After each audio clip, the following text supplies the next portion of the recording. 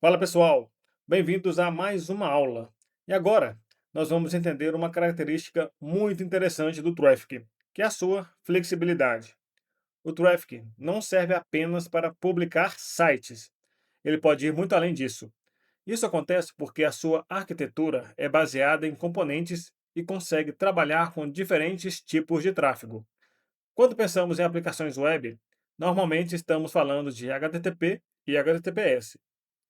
É através desses protocolos que acessamos grande parte dos sites e APIs disponíveis na internet. E, obviamente, o Traffic trabalha muito bem com esse tipo de tráfego, mas ele também consegue trabalhar com TCP e UDP. Isso abre outras possibilidades. Por exemplo, podemos utilizar o Traffic como ponto de entrada para determinados bancos de dados. Podemos trabalhar com serviços que utilizam conexões TCP, podemos trabalhar com alguns gerenciadores de filas, e podemos direcionar essas conexões para os serviços corretos dentro da nossa infraestrutura. Vamos imaginar um exemplo.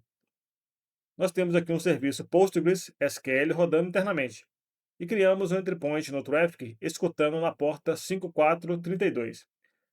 Quando uma conexão TCP chega naquela porta, o Traffic pode utilizar um router TCP para decidir para qual serviço aquela conexão será encaminhada. Então perceba que nós já saímos completamente daquele cenário tradicional de simplesmente receber uma requisição HTTP de um navegador e agora estamos trabalhando diretamente com conexões TCP. Nós também temos o protocolo UDP. Diferente do TCP, o UDP não trabalha da mesma maneira com o estabelecimento de controle de conexão. Ele é muito utilizado em situações onde velocidade e baixa latência são importantes. Por exemplo, comunicação em tempo real, algumas aplicações de voz, jogos online, serviço DNS e outros sistemas que utilizam o DP. Então, nós podemos ter dentro do mesmo traffic diferentes portas de entrada. Uma para HTTP, outra para HTTPS, outra para conexões TCP e ainda outra para conexões UDP. Cada uma com suas próprias regras, seus próprios destinos. Isso começa a mostrar porque eu gosto de falar que o Traffic pode funcionar como uma espécie de porta de entrada central da nossa infraestrutura. Voltando aqui à nossa analogia do condomínio, não existe necessariamente apenas uma portaria. Nós podemos ter uma portaria principal, uma entrada para funcionários, uma para serviço e outra para veículos. Cada porta recebe um tipo diferente de fluxo, mas todas fazem parte da mesma estrutura organizada. No Traffic, os endpoints cumprem justamente esse papel. Cada um pode escutar em uma determinada porta e receber um determinado tipo de tráfego. E depois nós utilizamos os routers e serviços apropriados para decidir o que fazer com aquilo.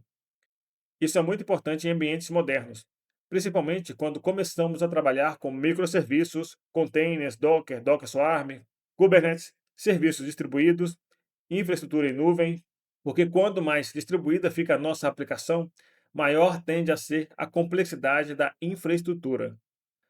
Você começa a ter vários serviços, várias portas, vários protocolos, vários endereços e várias regras diferentes. Se tudo isso depender exclusivamente de configurações manuais, a infraestrutura começa a ficar difícil de manter. E é exatamente aqui que a automação deixa de ser apenas uma facilidade. Ela começa a ser uma necessidade, principalmente quando os serviços podem subir, cair, escalar ou mudar constantemente. Nós não queremos ficar atualizando configurações manualmente toda vez que alguma coisa acontece na nossa infraestrutura.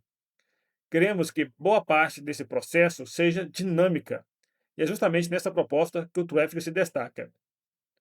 Ele consegue conversar com a infraestrutura através dos providers, consegue descobrir serviços, atualizar suas rotas dinamicamente, consegue trabalhar com diferentes tipos de tráfego dentro de uma arquitetura centralizada.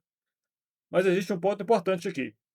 Isso não significa que o Traffic vai substituir todas as ferramentas da sua infraestrutura.